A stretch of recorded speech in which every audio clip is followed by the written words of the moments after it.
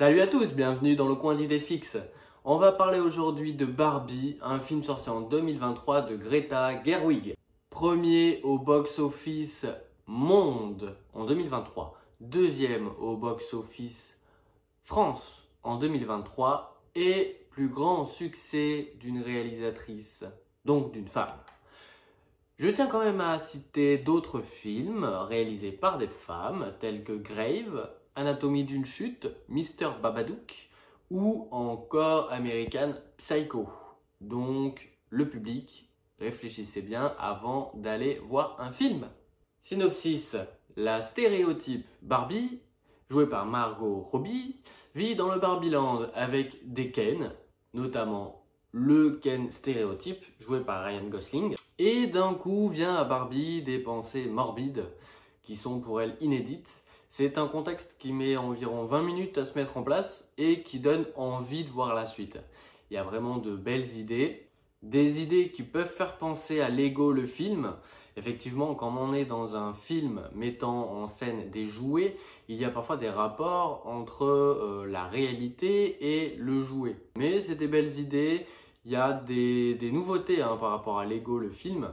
Il y a peu de rapport même entre Lego le film, mais il y a simplement cette utilisation de jouets dans un monde réel où par exemple elle se sert à boire et où il n'y a rien qui sort de la bouteille. C'est un monde fake, Barbieland, c'est une bonne découverte pour le début, ça donne envie de voir la suite, ça donne envie d'approfondir le monde des Barbies. Il y a en plus de beaux décors. Malheureusement, je me dis très vite que l'univers va être bancal. En effet, je vais peut-être être un petit peu dur, mais il n'existe pas de Barbie obèse ou de Barbie handicapée en fauteuil roulant. Et on nous montre ces deux Barbies-là dans le Barbieland. C'est un film qui est en plus coproduit par Mattel, le créateur de Barbie. Alors si tu nous montres des Barbies comme ci ou comme ça, sors-les en vrai, assume ton choix. Tu nous proposes un jouet, parce que ce film nous propose aussi d'acheter des jouets bien sûr. Les ventes ont grimpé en flèche après ce film. Donc sors ce jouet et assume-le, sinon ton univers est bancal. À ce moment-là, j'attends encore de voir la suite, il n'y a aucun souci.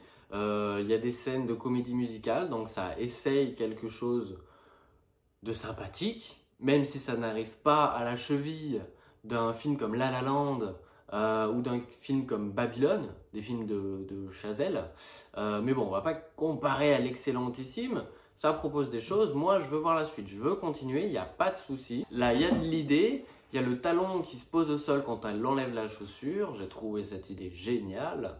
Donc je veux y aller, en avant, c'est parti, go go go, ça fait à peu près 20 minutes de film.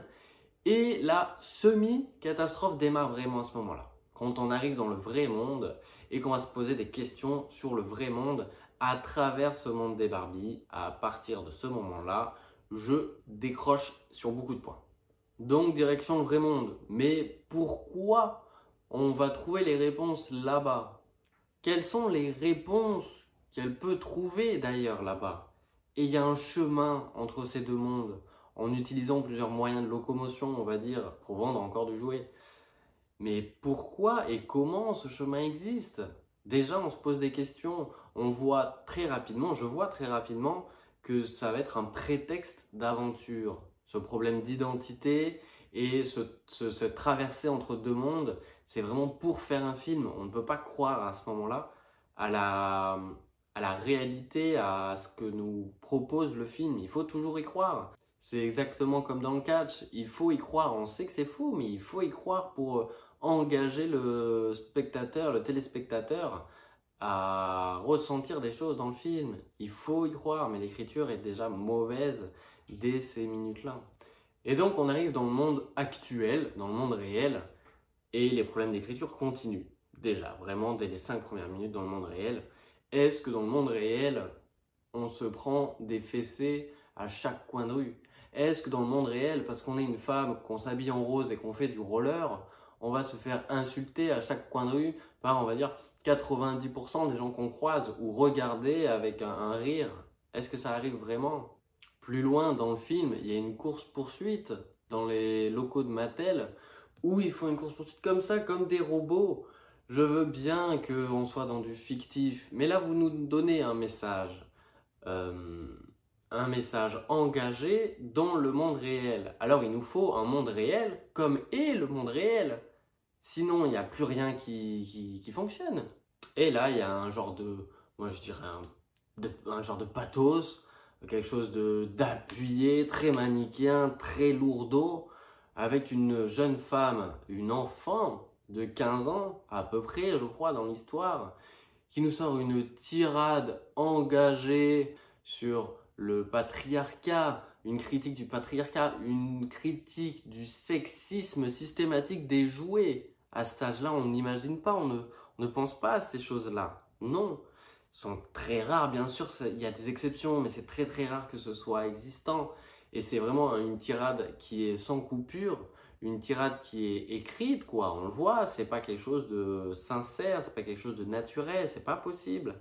Et sa mère fait la même chose, la mère de Sacha, donc la mère de la petite, fait la même chose plus tard dans le film. Il y a deux tirades vraiment à caractère féministe, voire féminin dans le film, parce que voilà, c'est tellement fort et appuyé dans l'excès que j'appelle ça moi du féminin et pas du féministe à ce niveau-là. Et il y a deux tirades comme ça dans le film, une par la jeune et une par la maman. C'est des tirades qui sont envoyées avec un débit multiplié par 2 ou 3. Ce qui fait que le message, même s'il y a des bonnes choses à retenir de ça, il n'y a aucun message qui peut passer à travers ces discours. Envoyé comme ça n'a aucune portée. Et la jeune femme, là, la fille de 15 ans, elle est assise, devinez avec quoi? Avec une Mexicaine, une métisse, une blanche et une asiatique. Voilà, on a le truc classique dans les films où il faut appeler à la diversité, à matraquage. Ça m'énerve. Et ce discours, il faut le mesurer. Il faut que... C'est dans l'écriture, c'est pas à cause des actrices. Hein. Tout le monde fait le boulot qu'on leur a demandé de faire. Les personnages secondaires n'ont pas un boulot très intéressant à faire de toute façon. Mais c'est un problème d'écriture. Il faut que les propos qui soient utilisés, qui soient dits par les acteurs, soient contrôlés, soient mesurés. Il se passe assez peu de choses dans le film, hein, au final. Donc on avance, on avance. Le personnage qu'on préfère, c'est Ken, au final. Donc ça a presque un message inverse. Le personnage qu'on préfère, que l'on a envie de soutenir presque, c'est l'homme du film. Parce qu'il est drôle, tout simplement, déjà. Entre le saloon, la bière, les chevaux, voilà, c'est marrant. Il prouve lui-même en plus l'incohérence des propos du film. Lorsqu'il va chercher un métier en disant « Je suis un homme, donnez-moi un métier », et on voit que ça ne marche pas comme ça. Donc ça contredit même le message que veut porter le film, même si évidemment, hein, ça c'est pour l'humour, on comprend bien.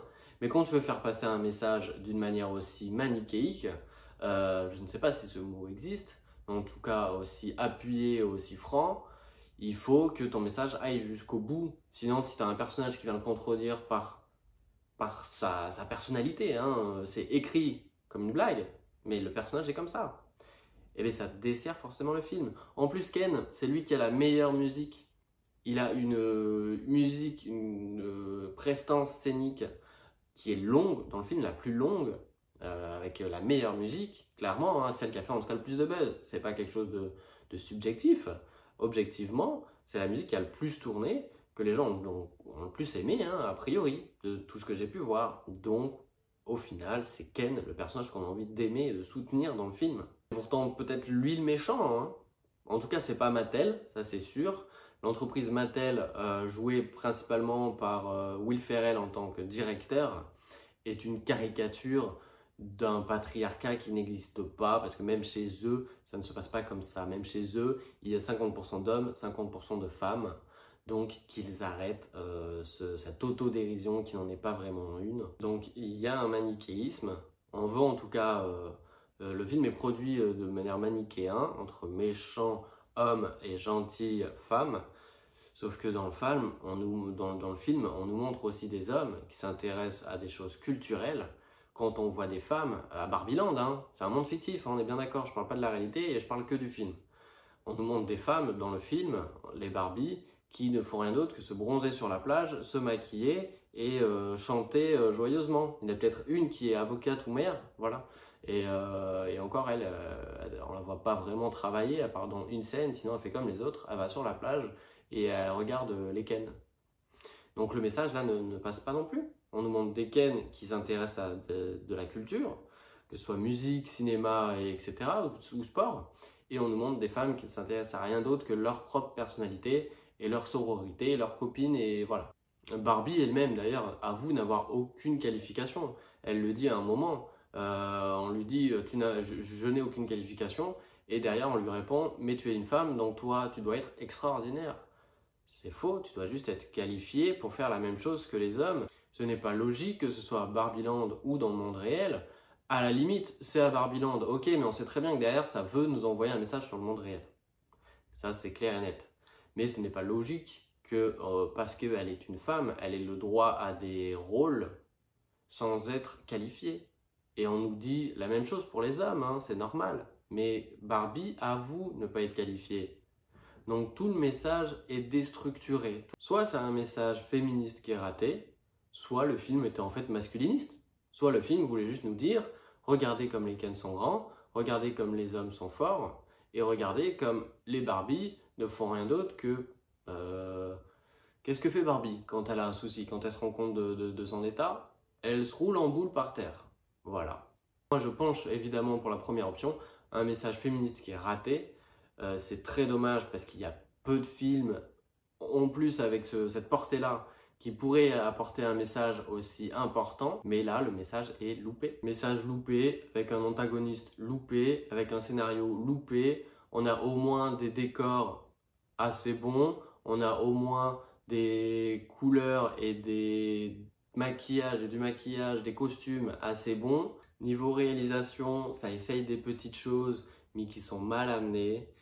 Donc, les peu de choses que ça essaye, pour moi, ça tombe à l'eau. Donc, c'est pas très bon non plus sur la réalisation. Il y a assez peu de choses à garder de ce film. Pour finir, je vais vous énumérer, je vais vous poser des questions en vrac.